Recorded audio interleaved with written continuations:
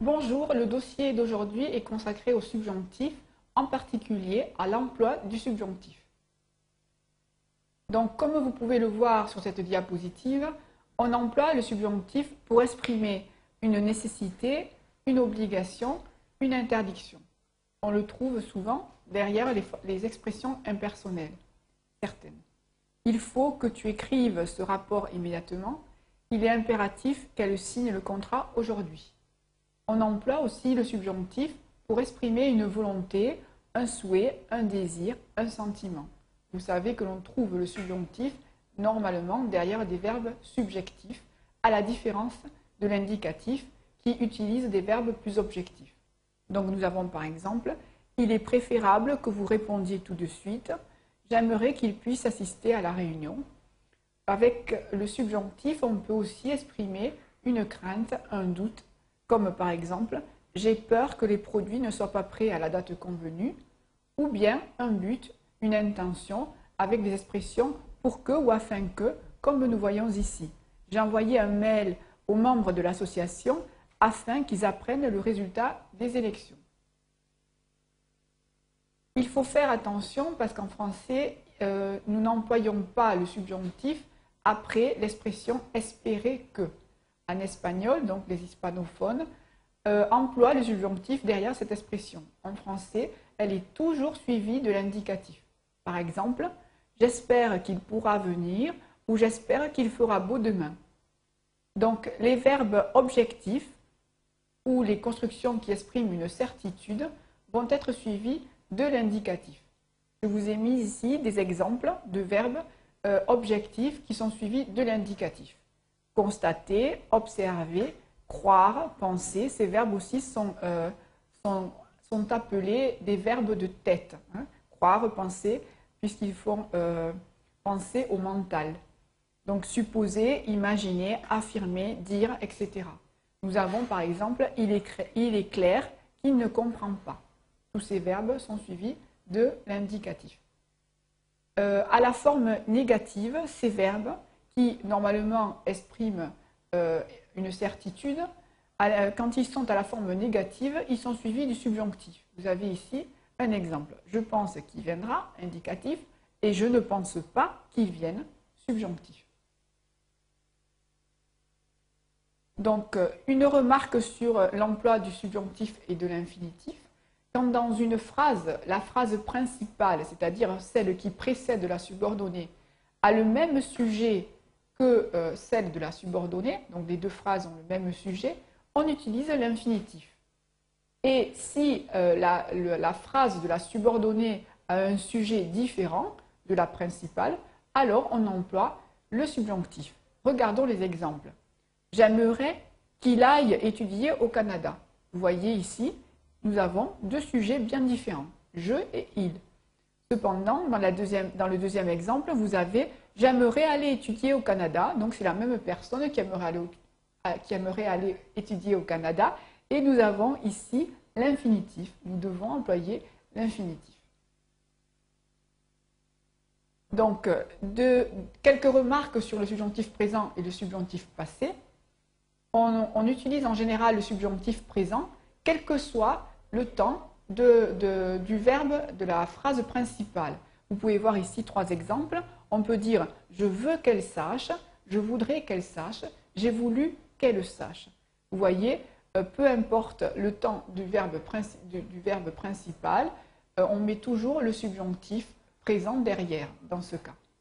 Quand est-ce qu'on utilise le subjonctif passé? Donc le subjonctif passé sert à exprimer une action qui est terminée. Comment est-ce qu'il se forme? Il se forme avec le subjonctif présent, les auxiliaires être ou avoir, plus le participe passé du verbe que l'on veut conjuguer. Regardons l'exemple. Je suis contente qu'ils aient réussi l'examen. Voilà, ils ont passé l'examen, ils ont réussi. C'est une action qui est terminée. Revoyons rapidement la formation du subjonctif présent. Je vous rappelle que le subjonctif présent se forme sur les deux radicaux du présent, la première personne du pluriel et la troisième personne. Vous avez ici un exemple avec le verbe prendre, et que les terminaisons du subjonctif sont e, es, e, I-O-N-E-S, I-E-Z, E-N-E-T. Voilà, donc avec le premier radical, on forme les deux premières personnes du pluriel, et avec le deuxième radical, on forme les trois premières et la dernière personne du pluriel. Pour tous les verbes irréguliers, sauf les quelques verbes que vous trouvez ici, hein, qui sont des verbes qui ne suivent pas cette règle, et ce sont les deux auxiliaires, être et avoir. Je vous ai mis entre parenthèses la première personne du subjonctif, que je sois et que j'ai.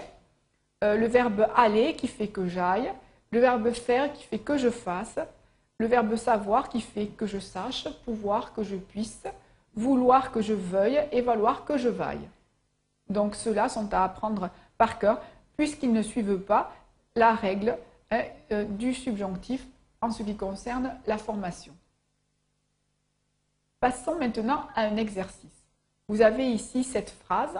Donc, il faut les transformer avec l'expression impersonnelle que l'on vous propose entre parenthèses et mettre le verbe au subjonctif présent.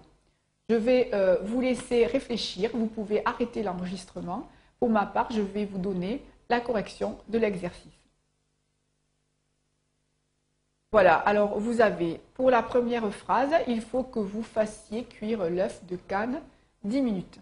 Nous avons le verbe faire qui est un verbe irrégulier, donc qui fait que je fasse, et etc., que tu fasses, qu'il fasse, que nous fassions, que vous fassiez. Il est important que les lignées d'élevage soient composées dès le mois de novembre. Ici, nous avons l'auxiliaire être au subjonctif.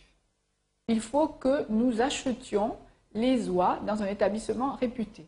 Le verbe acheter à la première personne du subjonctif fait I-O-N-S, comme l'imparfait d'ailleurs. Dans la quatrième phrase, avec l'expression « il est clair », que le mode d'élevage est le même. Que se passe-t-il? Nous n'avons pas de subjonctif. Pourquoi? Parce que « il est clair » est un verbe qui est toujours suivi, comme on l'a vu tout à l'heure, de l'indicatif. « Il est clair » est un verbe de certitude. Il est clair que le mode d'élevage est le même. Donc, nous n'avons pas ici le subjonctif. Il est nécessaire que est suivi du subjonctif et vous placiez les abreuvoirs en hauteur. Alors vous savez, les abreuvoirs, c'est l'endroit où boivent les animaux.